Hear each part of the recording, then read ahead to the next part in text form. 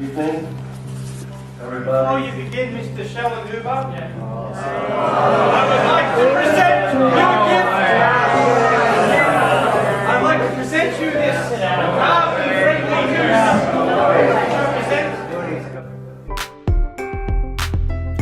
goose. If you want to be resilient against misinformation, you need to be aware of the different techniques that are used to mislead. A good starting point to understanding the techniques of denial is FLIC. FLIC stands for fake experts, logical fallacies, impossible expectations, cherry picking, and conspiracies. These are the 5 techniques of science denial, and they're seen in every movement that denies a scientific consensus, whether it be human-caused global warming, vaccine safety, or the link between smoking and cancer. However, FLIC only scratches the surface. There are a wide range of fallacies and rhetorical tricks used to distort the science.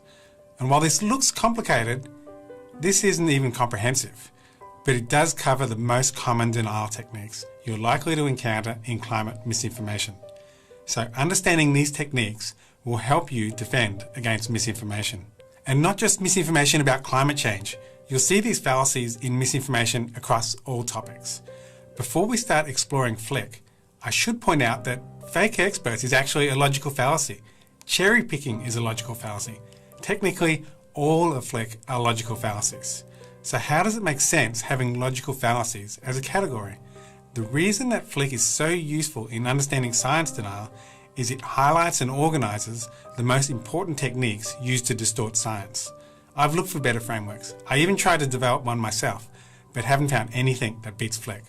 But if anyone out there thinks there is something better, I'd love to hear from you. The first technique of denial is fake experts, also known as the appeal to false authority.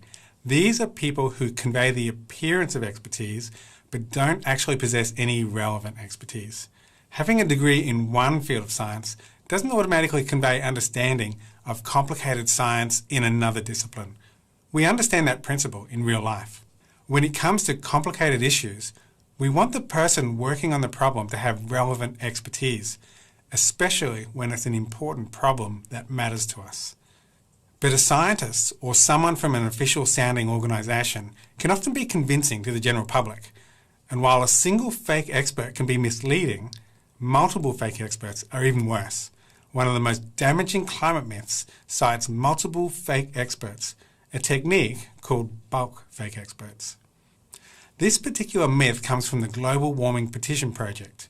This is a website listing over 31,000 Americans with a science degree who have signed a statement claiming that humans aren't disrupting climate. The problem is the only qualification to be on this list is a science degree. That means the list is populated with computer scientists, veterinary scientists, mechanical engineers, but very few climate scientists. In fact, 99.9% of the 31,000 are not climate experts. The Warming Petition Project is a brazen example of fake experts in bulk. But it's also a powerfully effective rhetorical argument. The Global Warming Petition Project is one of the most effective climate myths in reducing acceptance of global warming and support for climate action. The Petition Project also uses another misleading technique to cast doubt on the scientific consensus on global warming: magnified minority. This involves amplifying the significance of contrarian scientists in order to make it look like there is more scientific disagreement than in reality. While 31,000 science graduates sounds like a lot, there are millions of Americans with a science degree. The Petition Project amounts to less than 1% of American science graduates. Another way that people can get confused about a scientific consensus is when the science and pseudoscience are presented together as a debate between two opposing sides. This is how the media often cover the climate change issue, pitting a climate scientist against someone disputing the science. While balanced media coverage is appropriate for political issues or matters of opinion, it's a misleading way to present issues where there's scientific consensus. The very format that the media use to cover climate change can have a misinforming effect, giving people the impression of an ongoing scientific debate. Next, let's look at logical fallacies.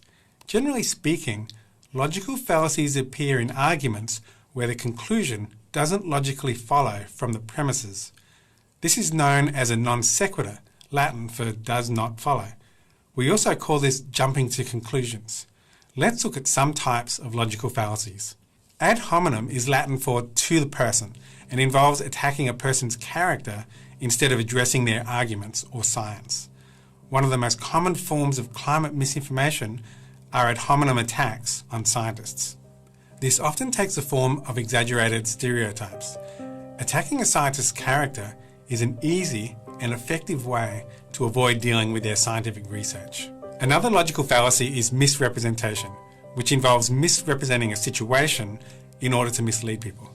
Sometimes this can be misrepresenting a situation or the science, but the most common form of misrepresentation is the straw man argument. This is where an opponent's position is misrepresented in order to make it easier to refute. For example, arguing that environmentalists think all we have to do to solve climate change is drive electric cars. This oversimplifies the environmentalist position to make it easier to refute.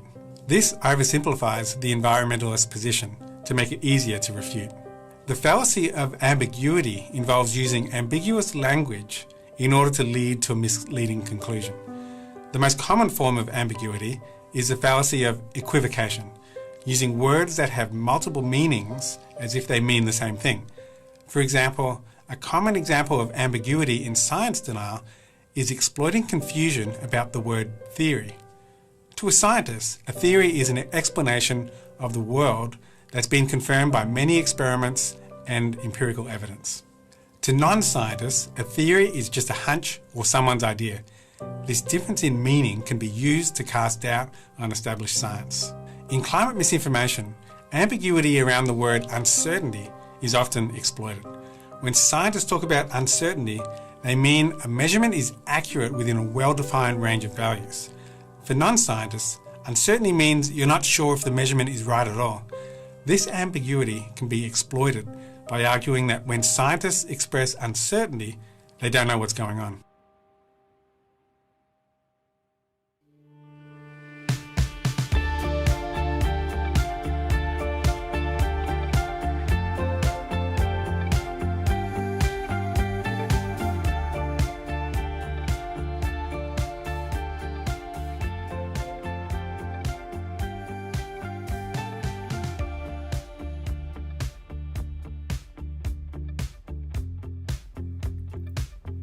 Good morning, everyone.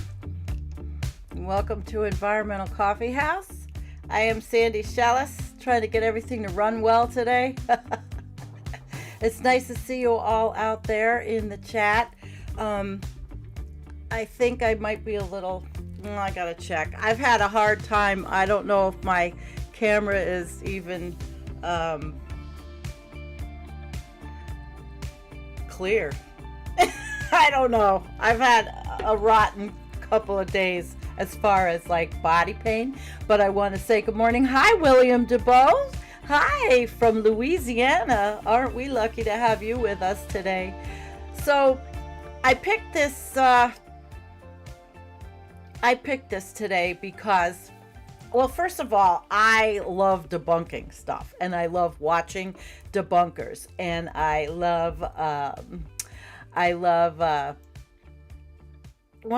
just love science, and I guess I'm not a scientist, but I have a science degree, so 2 of them, I suppose, bachelor's in science and a master's in science, but psychology and all. So anyway, it's just good to see you guys. It is. It's the what is it, the day before the holiday of taking over, stealing this country from the indigenous people. Yeah, it is. But I just, okay, so let me say hi. And I saw you, Climate Marcher John, and you had said that maybe you took this. Yeah, you took this course, which is cool. You know, I really want to fix my camera, but I can't do it unless I reach up to it, and that's not going to help. So, hi, Kate. She is our mod today. It's too early. 5 a.m. in New Zealand for Keith. Hi, Keith. Wow, then we are honored. Hi, Vicky. Oh, my girlfriend, Vicky, who I know very well in person. We actually were pipeline. Well, she went to Standing Rock, but we are we were pipeline activists. And it's really good. It's good. All right. So, yeah, he said it's a very challenging course. I'm going to be taking the course. Yes. She says Manifest Destiny Day tomorrow. Hello, going south. Hi, Rich Diana. Poppy Davis. Oh, it's great. Good. I'm so happy to see all of you.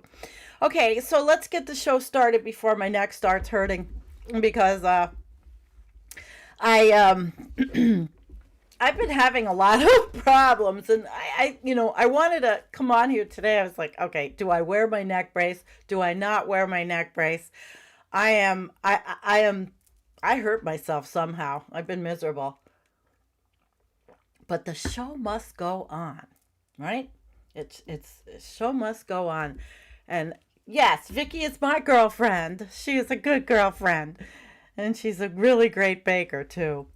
And hi, Groot. All right, listen. And Old Sage Joe. Oh, wow, everybody. Benny Loco. So beautiful to have you here. Hey, I hope you can all see the color. I didn't change the color on any of the comments. So if it's not seeable, whatever.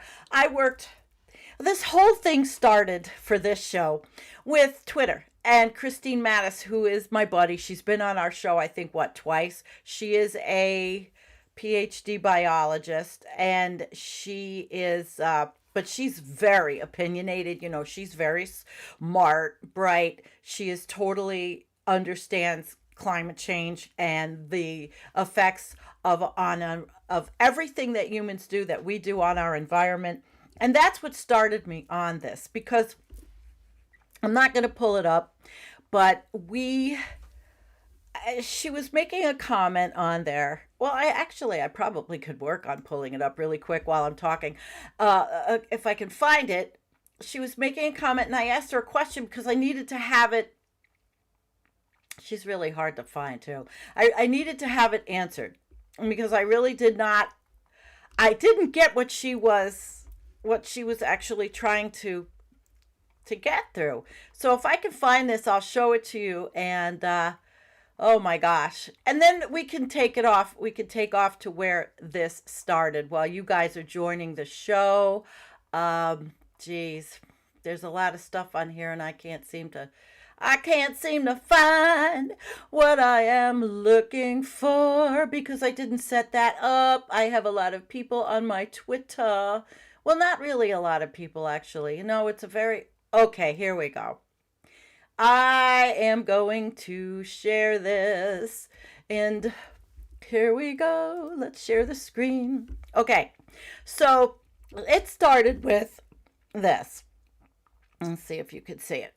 The problem with thinking quantitative data and statistics provide proven results in science and research is that you need to be able to obtain precise and accurate data to begin with. Amid the complexity of real life and interrelated systems, that's nearly impossible. So I asked her a serious question. We're buddies, and I've invited she and her husband up. They both write for Counterpunch, and of course I'd love them to come up. So they'll come up. But I said, so what do you propose how to communicate? Serious question. And she said, well, it's not about how to communicate that I was getting about. It's all about this erroneous belief that everything can be quantified, and that when people see numbers, oh wait, I want to do something here. I forgot I can do this. Oh, look at that. I forgot I could put myself on. It's not they just think that these numbers are valid and that they're science. So all questioning and critical thought of where those numbers came from is eliminated. Most research is BS and often wrong. So we really need to think critically about all these numbers we hear to decide if they are accurate and valid. Just as we do with quantitative remarks, we should think more about the confounding variables. That variable that gets stuck into the research and kind of screws everything up. Anyway, So I wrote, okay, it makes sense, read the confounding variables. And then she said, and not just those confounding variables that people don't think about, but what are the methods and assumptions in obtaining the quantitative data in the first place? So often these two are really weak, so the data obtained mean very little. All right. And then I wrote back to her that I found this article on the Big Think Scientific Pluralism. And we're going to go over that article because it's really good. Why science does not give straight answers. Let's see, I have it. I actually have the article. Where is it?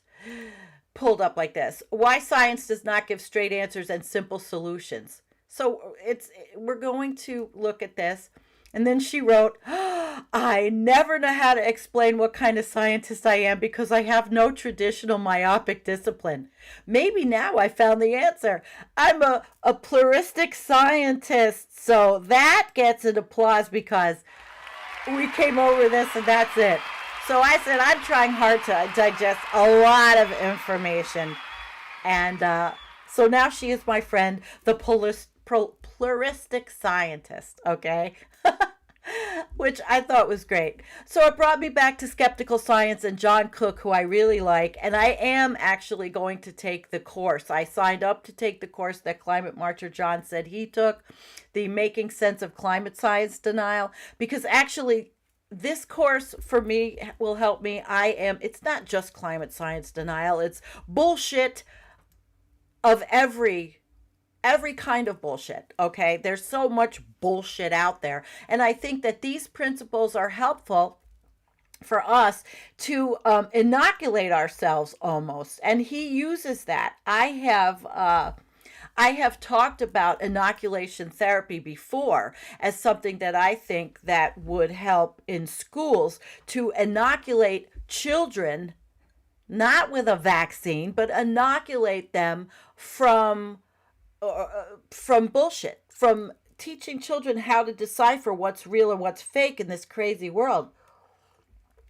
that we live in, where real, up is down and down is up, and as Nicole Sandler says, opposite world. We live in opposite world.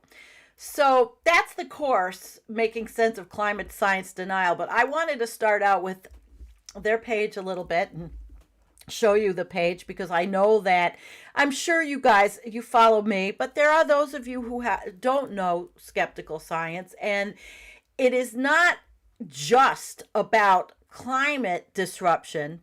He's still using global warming, the word global warming, and believe it or not, I'm really going to try to get John Cook on here as a guest. I think he would be a fascinating guest. Yes. So I found this, the free course. I'm going to take it because anything free is great. I'm not paying $99. No. And I love this one, the Thanksgiving Advice 2021, How to Deal with Climate Change Denying Uncle Pete. And let me tell you guys, the funniest thing is I'm going to Thanksgiving with my daughter and at her dad's, right? Now, this is interesting. I mean, it's a long time. We're friends.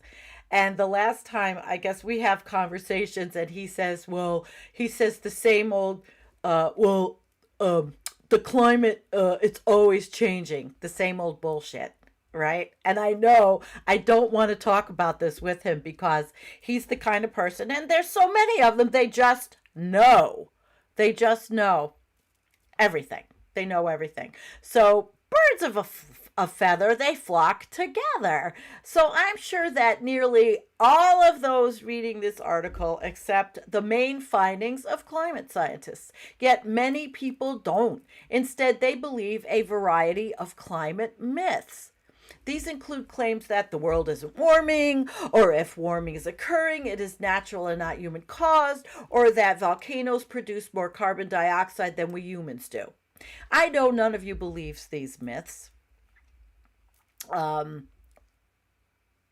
it seems that almost everybody has an unpleasant relative or ex-husband, call him Uncle Pete, who does and who comes to dinner. Pete spoils the family mood by making the false claims, which he found on talk radio or the internet. And, well, you know, Rush Limbaugh's dead, so it's not him anymore, but it's there's a cadre of right-wing talkers that go from Mike the Pillow Moron to this other one, Levin, to Glenn Beck, to all these people that constantly lie to an audience of naive, not educated people in the United States.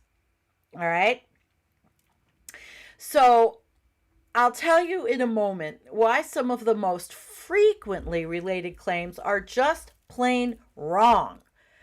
I won't have time to cover all of them, and I recommend the website Skeptical Science for the whole story, which is what we're on. It's a collection well, who wrote this? Let's see. Let's go back to the beginning because it was, a guest author. It was from the Bulletin of Atomic Scientists, Richard Somerville. All right, so let's so start with the myth.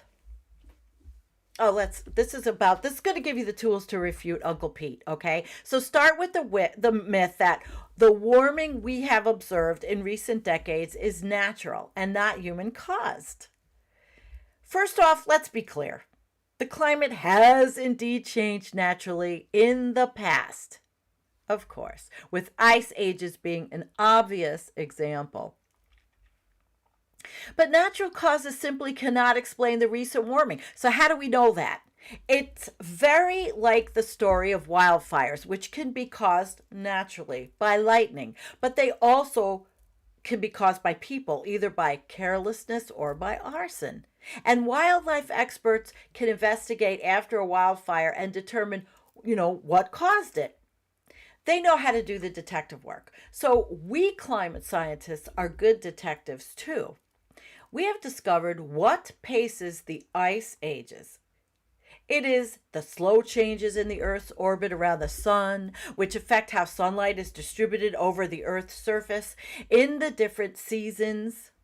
Over many thousands of years, these effects are strong enough to cause ice ages to come and go. But over short times, just a few decades, the orbital changes have much too small an effect to produce observed large warming that has recently occurred.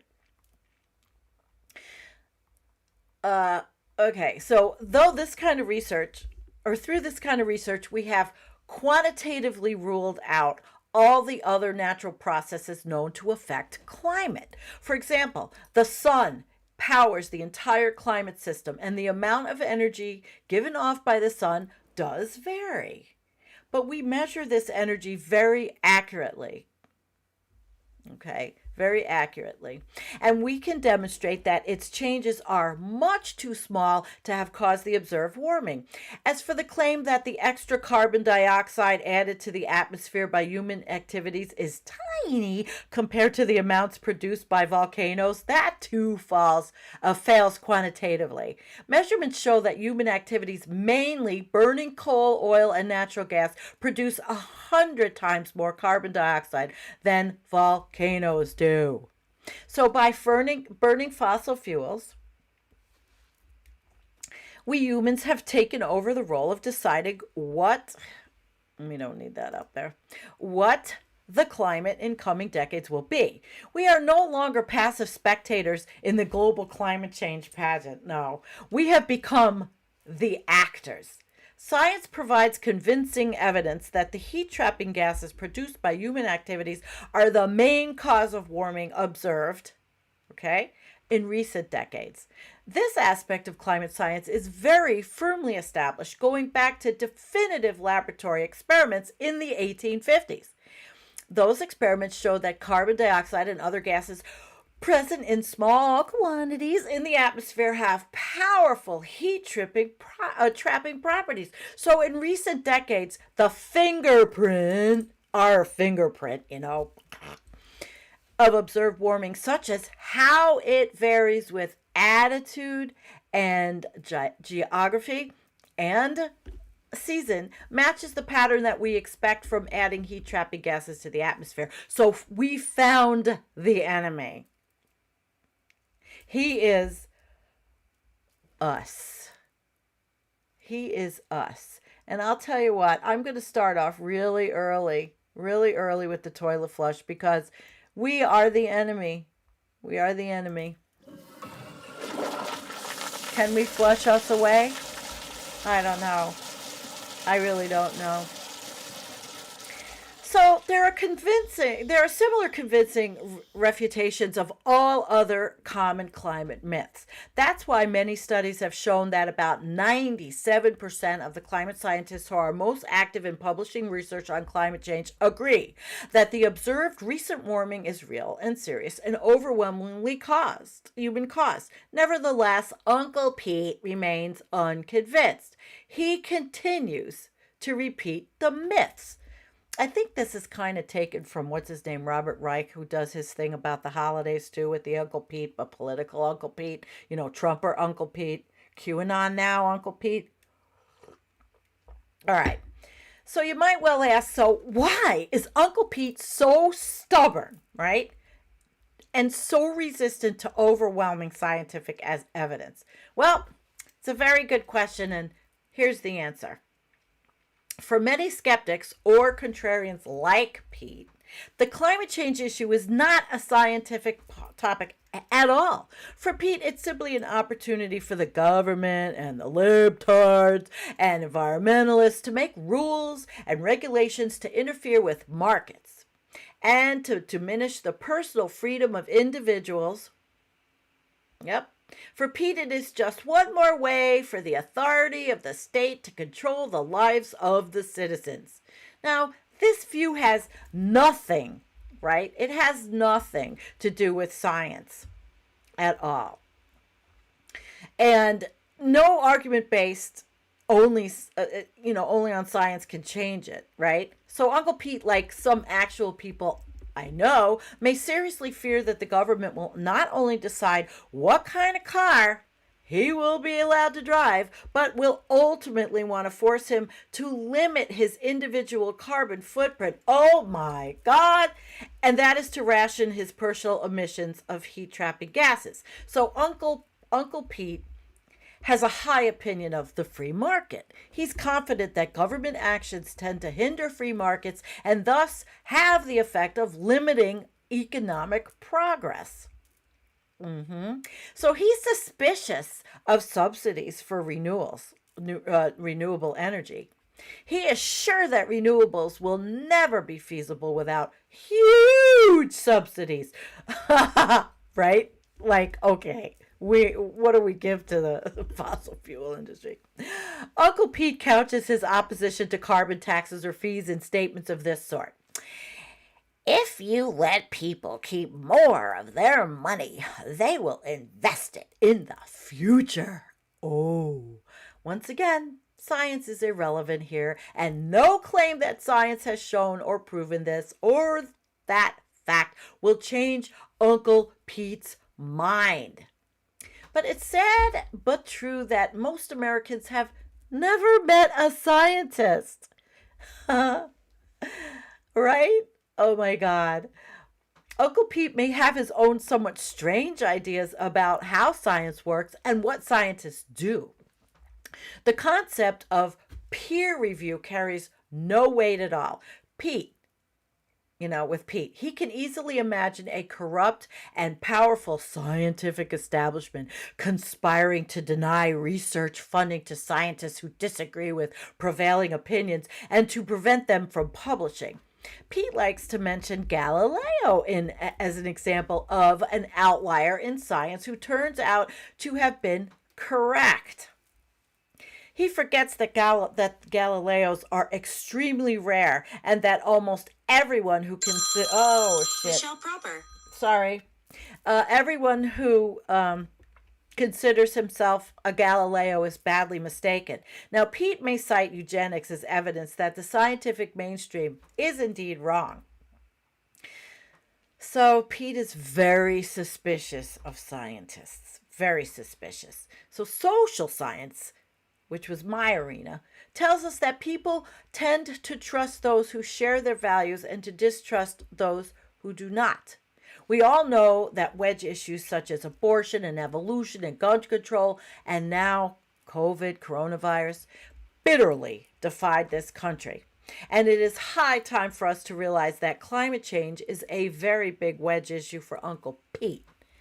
His natural distrust for academics and elites generally is increased. If he thinks climate scientists are arrogant people who are scornful of his opinions, who mock his values, and who dismiss his firmly held convictions. So I urge each of you to engage with Uncle Pete, whom you may know. Have a civil conversation.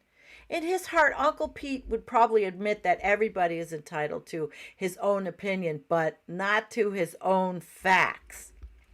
Are we sure of that? I don't know. What do you think, guys? Are we sure? Because didn't Kellyanne Conway coin the term alternative facts? Oh my God. When I heard that, that was it. So when it comes to facts, we scientists have the high ground. The world is warming. It's not a hoax. We measure it. The warming did not stop in 1998. All the warmest years are recent years. 2016 will be the warmest year on record. Now, this might have been written a while ago. 15 is the second, 14 is the third. The atmosphere is warming, and so is the ocean. Sea level is rising. Ice sheets and glaciers are shrinking. Rainfall patterns and severe weather events are changing. Climate change is real, serious, and happening right here, right now, and it is not natural. Human activities are the dominant cause of climate change that we have observed in recent decades. But none of these facts tell us exactly what we should do about it. Science can inform wise policy, but it cannot decree or prescribe what the best policies will be. There is no silver bullet, but there's lots of silver buckshot. The main barrier to action is a lack of political will. Whether you decide, you agree with that or not. In deciding climate policy, science matters, but so do values, priorities, and political convictions. So given the same facts, different reasonable people can easily prefer different policies. For Uncle Pete, attacking climate science and scientists is simply a disguise for what concerns him, which is the prospect of libtards and environmentalists dominating policy. Oh, and don't forget the socialists and the commies. We're going to get there. This show, I have a lot in this show. And a government spinning out of control. A government in that Pete's view seizes power, limits freedoms, increases taxes, regulates markets, and diminishes prosperity. We do not yet have a national agreement on climate change, although we're trying very hard to get there. But we are as divided as ever in the United States. As you know, and I hope this will not shock anybody, some elected officials in the federal government sound just like Uncle Pete. Despite the strong scientific consensus, climate change policy is contentious politically. I don't know. Let's see. Do we want to see this one? Brutal and extended cold blast could shatter all records. Whatever happened to global warming? Okay, let's see. It's brutally dark. What happened to the sun? All right. Oh, I think John Cook might have done this. He's an artist, by the way. John Cook. I really want to have him on the show, guys. I really, really do. Okay. So one option is to do nothing. Uncle Pete may well favor that option, right? Because it appears to fit well with his sincere conviction that if you let people keep more of their money, they will invest it in the future. On doing nothing, I may be able to help Uncle Pete think a little bit more clearly. I'm not an expert on energy policy or taxes, but as a climate scientist, I could say something with very high confidence about what will happen if we do nothing. Deciding to do nothing about climate disruption, which is my word, is like deciding not to have serious elective surgery, such as declining a coronary artery bypass operation that your cardiologist recommends. The operation will involve risks and costs, but declining it will also involve risks and costs, including the risk of a fatal heart attack. Sadly, we don't have enough conversations about climate disruption. The media largely avoid the subject, well, maybe not lately because of all the fires, floods, droughts, and horrible conditions that are happening. The media, and it was almost invisible in the recent campaign. Okay, so 2016 for president. It was in 2020. Today, but this article's still going to be helpful. I'm hoping that it will be helpful for those of you in the United States that have to deal with a fucking moron. So sadly, we don't have the conversations. Today, the fact is that we, you and I, and the other 7.4 billion living people, which could be more now, what is it, in the last 4 years, now have our hands on the thermostat that controls the climate of our children and grandchildren. A considerable portion of the carbon dioxide we can remain in the atmosphere for centuries and longer. Thus, it accumulates. There is a given allowed amount of carbon dioxide in the atmosphere that we must not exceed if we want to limit warming to any particular target we pick. So he talks about the Paris Agreement, and I'm going to go down a little bit because we all just went through COP26 together. At least I did. It's important to understand that once the world has agreed on that target, which I think we have, it has nothing to do with politics. At least they were saying, oh, we can't pass 1.5, which to me is ludicrously high and ridiculous, and I'm not going to opinionate. Mother Nature reacts to the total amount of carbon dioxide.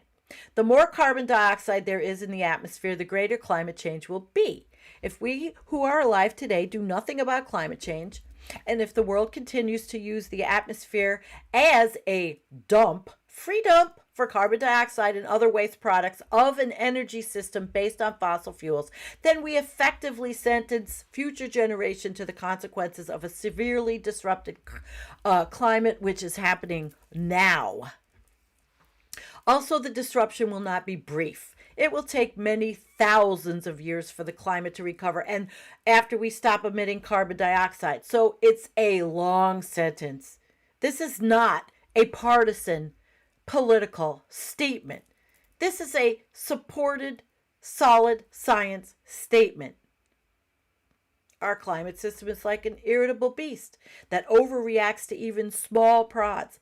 Right now, we're hitting it with a big stick in the form of an excessively high carbon emissions, our human activity, which our cranky uncle refuses to accept as happening and ultimately causes the bear to poke even more.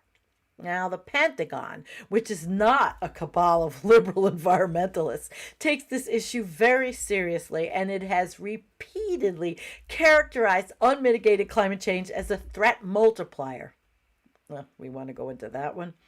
In the decades and centuries ahead, doing nothing means the world will inevitably see devastating climate disruption, including agricultural disasters on an immense scale and coastal cities abandoned worldwide because of sea level increases of many feet. Vast numbers of environmental refugees will be created. We're seeing it now. And we see the destabilization of governments, especially in failed and failing states.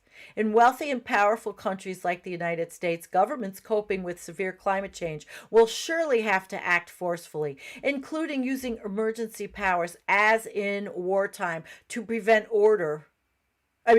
order and to minimize chaos and damage. Ironically, in my view, doing nothing about this, which is Uncle Pete's preference, is thus likely to force governments to do exactly what Uncle Pete fears most: seize power and limit their freedoms. Doing nothing is a disastrous policy option.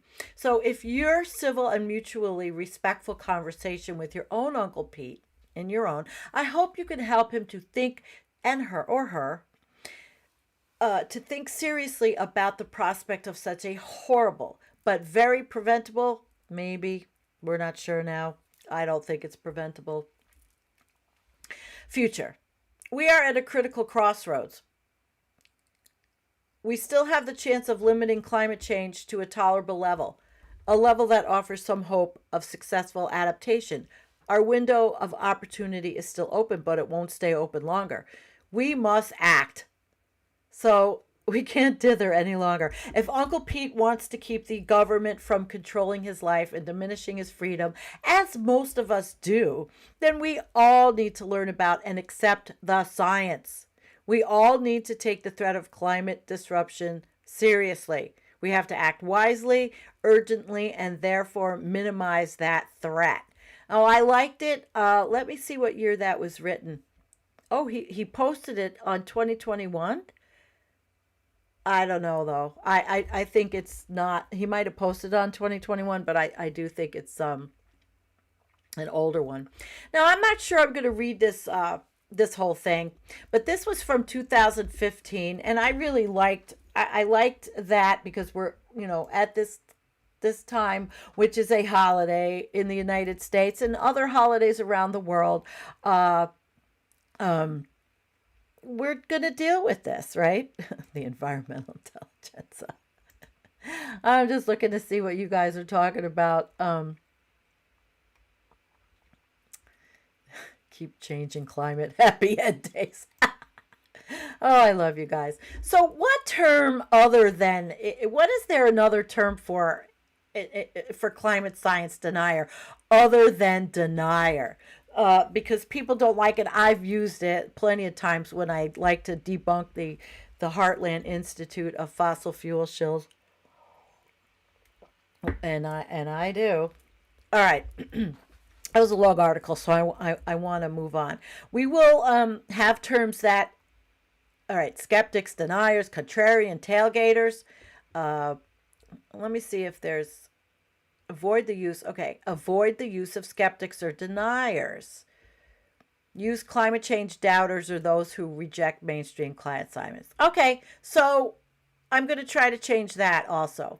Doubters, they're doubters, and they reject mainstream climate scientists. That's all right. I guess I can deal with that. All right, so to move on, because I have another little vid that I set up. Let's hope it plays. This is the kind of person that we're talking about. This guy. Carbon dioxide is a perfectly natural gas. It's just like water vapor. It's something that plants love. They grow better with more carbon dioxide. And you can see the greening of the earth already from the additional carbon dioxide in the atmosphere. Biggest moron on the planet, or one of them anyway, that I can't stand. So we're going to move on to Peter Kalmus. All right, so after the whole thing about scientific pluralism, which I will talk about, I do want to get to this really quickly on Peter Kalmus, who we've had as a guest. He is a NASA climate scientist, terrified by today's society's inaction. He's a lovely person. He's on Twitter. He is trying very hard to get his voice heard. Okay? So right now, really quickly, I'm going to share something on LinkedIn. Now, LinkedIn is supposedly the professional, it's professional. I used to have a real big LinkedIn when I was working profile, and I got pissed off and I deleted the whole thing except for what I put on there. But I've got to cover the name because LinkedIn is a sign in. And so what I have to put these up before I put that up so that I don't, all right. So I don't want to disclose the guy's name. I just don't think I should. I don't want to get sued. So this is LinkedIn. And LinkedIn is a plethora of climate change deniers. It really is. Now, if I make this bigger for you to see, I just have to move over this stuff so I don't show this dude. All right. So he says first, this is a prime example of how the anti-fossil fuel movement is really anti-human. Now, there are those of us out here that are with our, that don't like human beings, and that's okay. I'm not one of them. Andy the gardener is, he is a person that feels, and I mean, how can you not understand it? Humans have befouled the planet. They've befouled the planet. Uh-oh, I kind of screwed up all right. let me get back here. So this guy says, he talks about Peter Kalmus as a leading climate scientist. He is one of the preeminent voices evangelizing the need to rapidly eliminate fossil fuel usage to prevent a climate catastrophe. He was educated at America's leading institutions, and he's a scientist at NASA's esteemed Jet Propulsion Lab, and his IQ is probably double mine. Honey, I would say it's probably triple yours. So he shows this tweet that Peter had made. Now, Peter is fearful. Peter sees what's happening. This dude is a fossil fuel industry guy. He doesn't. He is a, he is a driller.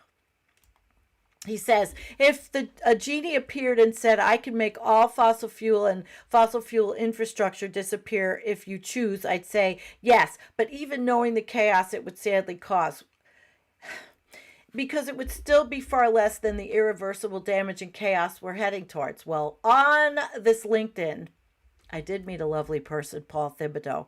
And by the way, I'll show you, I downloaded his book on Kindle. And this guy. All right, so first this guy. They're all out. All of the deniers. Oh, can't say it. All of the doubters. All of the fossil fuel industry is all over LinkedIn. And this guy really got me. This constitutional libertarian.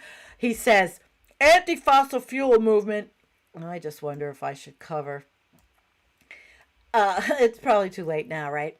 Anti-fossil fuel movement is largely the same people and movement. Socialism to communism. Are you fucking kidding me? And then this guy says bingo. So I'm like, I had to chime in. That is total and utter BS. Fear-mongering at its best. Wow. And then the guy says, well, what's BS? And I said, socialism to communism? Seriously? And I just decided I'm not going to argue with a constitutional libertarian. It would be circular, ludicrous, and a waste of my time. Have a nice evening. I can't do this. Oh, and this guy says, well, in other words, your mind is made up and there's no point in bringing up facts. What facts? What facts are there that people are saying that we are? They probably don't even have never studied anything in communism. Communism failed. But we're not going to do this. We're not. Because, they then just wanted to go through all this bullshit. And that's okay, because you see they're like always right. I don't have time for this. I very rarely reply on this stuff. But the socialism to communism. All right. I will show. Okay. So, this guy was okay, but I wanted to... Oh, here we go. Excellent point, sir. Mr. Kalmus also overlooks the benefit, and here we go, of increased CO2 concentration in the air from burning fossil fuel. There is a benefit to this idiot. There is a benefit. What an idiot. As you know, CO2 is a plant food. Increased atmospheric CO2 levels are regreening forests, increasing crop yields, and helping feed people worldwide. CO2 is not a pollutant, but a naturally occurrent minor gas necessary to sustain life on this planet. All life on Earth is carbon-based. CO2 levels have been much higher in the can you see what this guy's doing? He's doing exactly what the other dude told us that these people would do. They've been much higher in the geologic past, and now and life thrived everywhere through all of it. Mr. Kalmus is ignoring the past 146 million year decline in global CO2 level.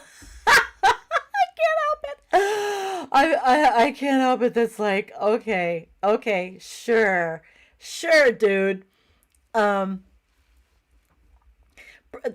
So it says the current CO2 drought we are in We're in a CO2 drought. Did you know that we are in a CO2 drought? Here we go. I love it. I love it. The extremely low CO2 levels in the last 4 glacial periods. Oh, he's trying to sound smart here. From Vostok ice Siri data. And the resulting risks to plants that are the foundation of our food chain. Pro-fossil fuel is precisely pro-life and pro-human. Undeveloped countries deserve access to reliable energy and the chance to flourish as we have by pulling themselves out of poverty, hunger, and disease. I do agree with that, but not with fossil fuels.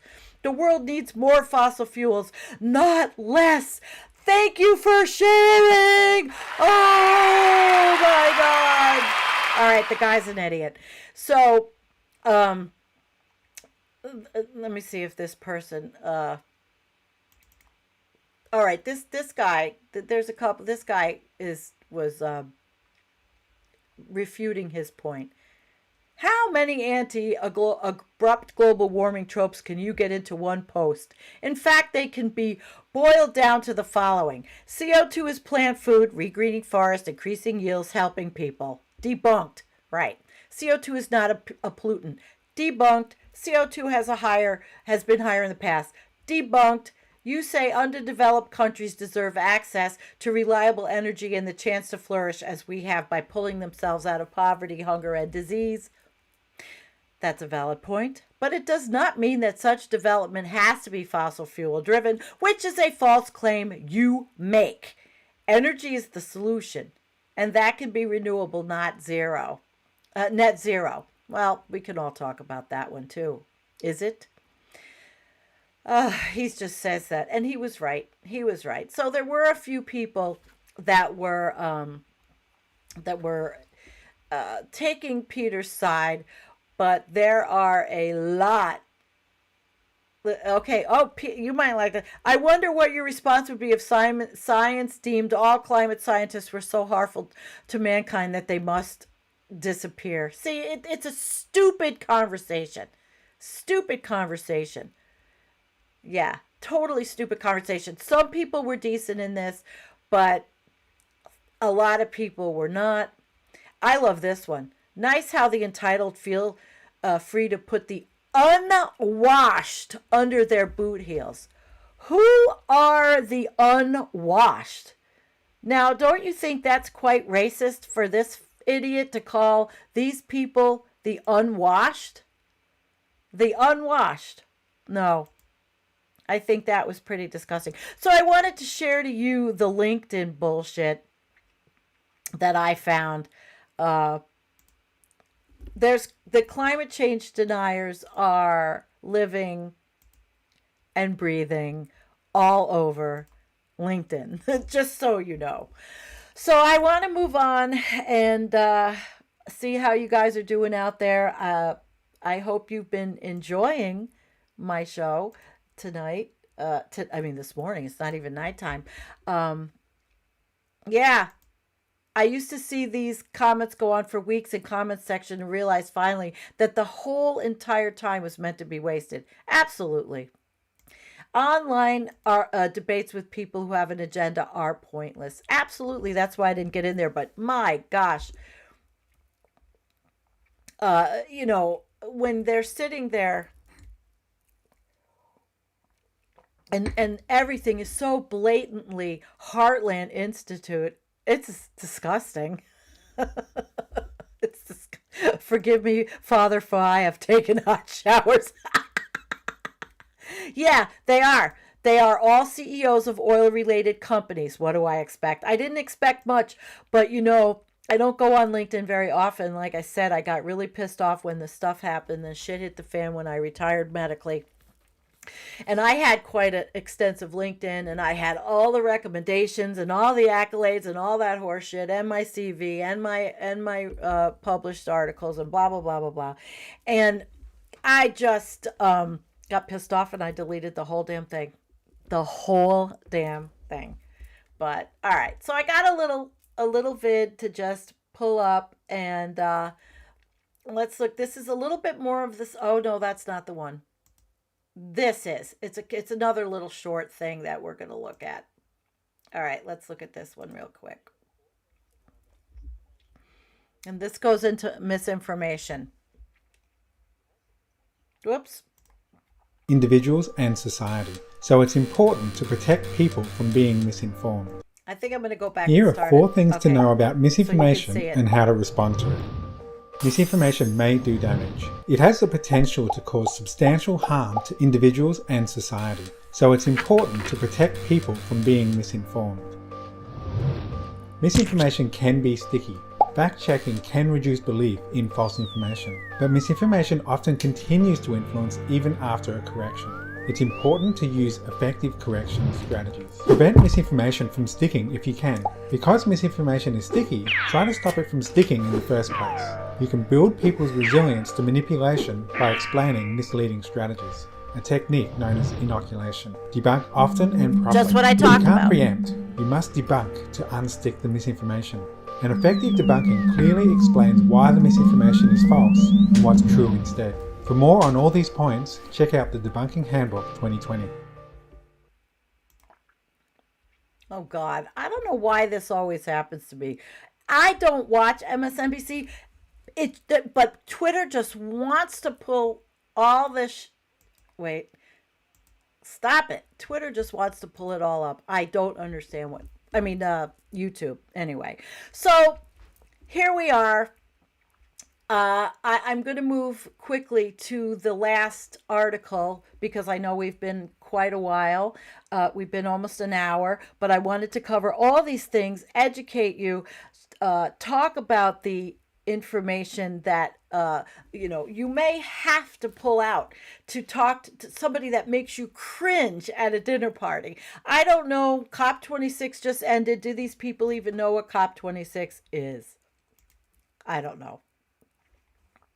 I mean, we'll see. And I doubt where I'm going the individual does. But I wanted to go into this scientific pluralism and explain to you why science does not always have straight answers and simple solutions.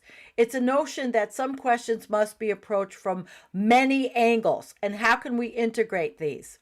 So many think that science is in the business of reaching simple, comprehensive, and unambiguous answers about how the world works. Okay? And where am I? Okay. The problem is that many scientific problems can be approached at different levels or from different angles. For instance, psychiatry works at the level of the individual, but also at the molecular level. Scientific pluralism is the idea for many phenomena. There exist multiple scientific models that operate simultaneously, and that's not a bad thing. Now you can, this will be in the show notes, and you can listen to this one because we're already at an hour, but I really just wanted to show you that science is not it's not just, okay, here it is, here's the answer. No, it's a method of discovering knowledge. There are things that even science cannot give a straight answer. So for every question you ask of the world, there are many epistemological It's 12 approaches o'clock. and just as many answers. There is not one approach to a scientific question. And these days, with our COVID panic, coronavirus, corona, everything that's going on, there has been so much out there from which shouldn't even be sides, but there is, and this is a helpful way of looking. When faced with a problem, we unavoidably approach it in the way we think we know best, and scientists are no different. So let's take a question like, why do some birds migrate? It is possible to answer this using behavioral explanations like they need to find food, hatch young, avoid predators, stay warm, and so on. Or you could give more physiological answers such as hormonal regulations, temperature sensitivity, and brain activation. The issue is that any scientific question can be approached from various levels, none of which alone provides a satisfactory or sufficient explanation. For example, let's consider the example of memory consolidation. Carl Craver identified 4 different levels of organization, but each is no better at explaining memory than the last. Each is correct in its own way. At the computational hippocampal level, we can explain memory by structural features of the hippocampus and its connection with other brain regions. At the molecular kinetic level, where the answer involves glutamate molecules, Ca2 ions, cell receptors, and so on. We can still have answers in this case, but in that we could study memory at any of the 4 levels. But do we have a complete understanding of memory consolidation? So taken in aggregate, we might say that we have reached a satisfactory explanation, but which level gets the epistemological primacy? And does flipping between various levels cause problems? In psychology, there tends to be a ruthless reductionism, and that is a bias towards looking downward to the neurological or the molecular level. There is an assumption that smaller and more detailed we go, the better our explanation is. But the question, the philosophy of science that raises, is this really true? Is the cellular or molecular explanation always the best? Are we just a product of a bunch of molecules bouncing around? So scientific pluralism. That problem stems from the notion that some ideas cannot be understood properly by this ruthless reductionism. Much of the philosophy of science sees the endeavor as establishing a single, inarguable, and comprehensive account of the world in what is sometimes called the unity of science. But the model that we might use in one particular scientific context might not be appropriate or even useful in another. The philosopher Rasmus Grönfeldt-Winther, in his book When Maps Become the World, argues the point by comparing science to the maps that we use. Across academic disciplines, not just science, we use various visual representations or abstractions to represent real-world phenomena. In the same way that the maps we use can be warped or unrepresentative of reality, so too are the more metaphorical maps, which we might call models, that we use in science. With a naive and simplistic understanding of a map or model, we might assume that it represents the only equivalent of the real world. But as we begin to appreciate the multi-level complexity of any subject, we develop integration platforms in which many different representations or models can be accepted for the same phenomenon. So we appreciate the different scientific maps, each suitable for different needs, and so accept a plurality of models that coexist. For Winther, science doesn't reduce to a single answer, but lives with many. So dealing with the ambiguity here, scientific pluralism, the idea that several models can exist for a single phenomenon, is common. Physicists must accept the reality that general relativity explains that while quantum mechanics explains the very small, multiple models are accepted across climate science, behavioral biology, psychology, and many other fields. What this means in practice is that science is not some paradigm of straight answers and happy endings. Across most scientific disciplines, the answers you will get depend upon the model or lens you are using. A chemist sees the world differently than a biologist. So the problem lies within our own minds. The issue is not necessarily a metaphysical one, that is the actual way things are, but a epistemological one, that is about our own knowledge. We each approach the world armed with our own maps and expectations, and as a result, it is highly unlikely that any scientific field will easily, if ever, coalesce around one simple answer to any question. Now, I liked that, and so did Christine. And being that Christine liked it, it was okay with me because she is, she's a PhD. She's very bright. She understands so much that's going on. She gets angry, and I know she's angry because of our in the inability for us to make the changes politically, to make the changes that we needed, to make these changes 20 years ago that we needed. We needed these changes 20 years ago. Hey, listen, I got to do this. Please like and subscribe. I would appreciate it. And also, here's my little pitch. Become a member, of our little Buy a Coffee.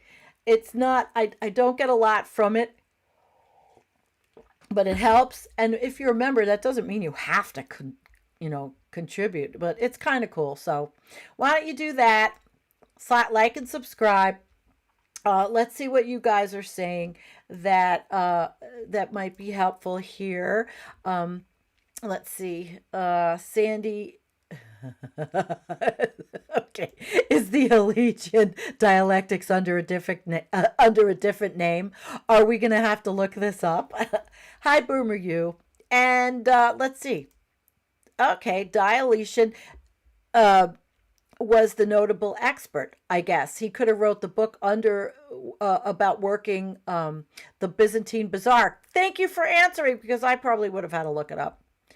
Non-duality explains that there is no question or answer. Hi, Jen.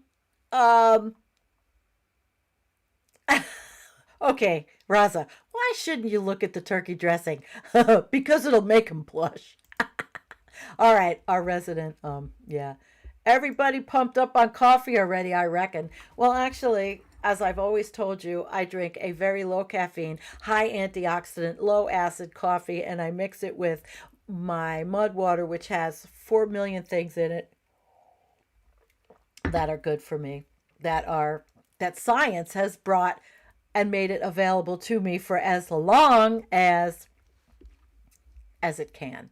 So anyway, well, it's really been, let's see, Rich wrote, only 5% of the populace understand science, but the other 95 do love magical thinking. Yes, they do. They love that magical thinking. Ooh, let's go and believe in a book that was written 2,000 years ago. We're not going to go there today. We're going to have a lovely day. John said they run their pages out of PR departments, and the trolls are often programmed bots with ready answers to trigger words. The better angle is one-on-one conversation with a good faith I can't see it. Locutor. God, I can't. Bella, it's a conspiracy, I tell you. Yeah. Keith, COP26 with the sound of a can being kicked down the road. Yeah, it was, huh? It was a can being kicked down the road. And I do have that, but I don't know where it is. I need to find it. I have the can. Okay. Yeah. You actually have to do is really only understand it's a matter of time. Perfect. I knew I had the can. And Jid says science does have first principles and reference frames that are inclusive of all this. Well, we'll do a part 2 on this one, right? All right. Well, Gregory, thank you very much. And Raza and Rich Diana, Keith, Climate Marcher. I can't name everybody, but it's really great. Loie, hi Loie. I'm so glad that you caught the show. Yeah, you're right. You don't need letters behind your name. You only need to correctly follow scientific method. Science is a tool, not a discipline of a field of study. Well, it's many disciplines, put it that way. Very, very many disciplines. Field B, thank you so much for being here. Bobby, the rapture is sounding better and better every day. We do have the best followers. I love you guys. I'm telling you, I do. I love all of you. One soul is provable by physics. About 40% of crude oil goes to oil. Of crude goes to oil, making the debate where to go no easier. Ah, okay, here. Yeah, the interlocutor. Interlocutor. The person you're arguing with. Yes. Did I remember that? Remember, I have a lot on my brain. Maybe I did. I went to college a long time ago. Does that it makes me like kind of a drip. All right. Well, anyway, guys, we have been over an hour, and I really appreciate an hour and 10 minutes. This was a great show. I appreciate all of you, whoever's in the United States. If you celebrate the day that, if you celebrate giving thanks, give thanks that we're around another year. Give thanks that that where you live, maybe you have not been affected by some kind of horrible disruption, and and then think about, put all your positive energy into all the people and the animals that are being disrupted and being displaced and going extinct. Think about these things. Do we have a lot to be thankful for? Well, we're alive. We have each other. Thankful is something personal. Thankful is something personal as to what you are thankful for. I love you guys. I do. Okay. So I am going to say happy Turkey Day. And I won't be eating turkey. I'm eating vegan with my daughter.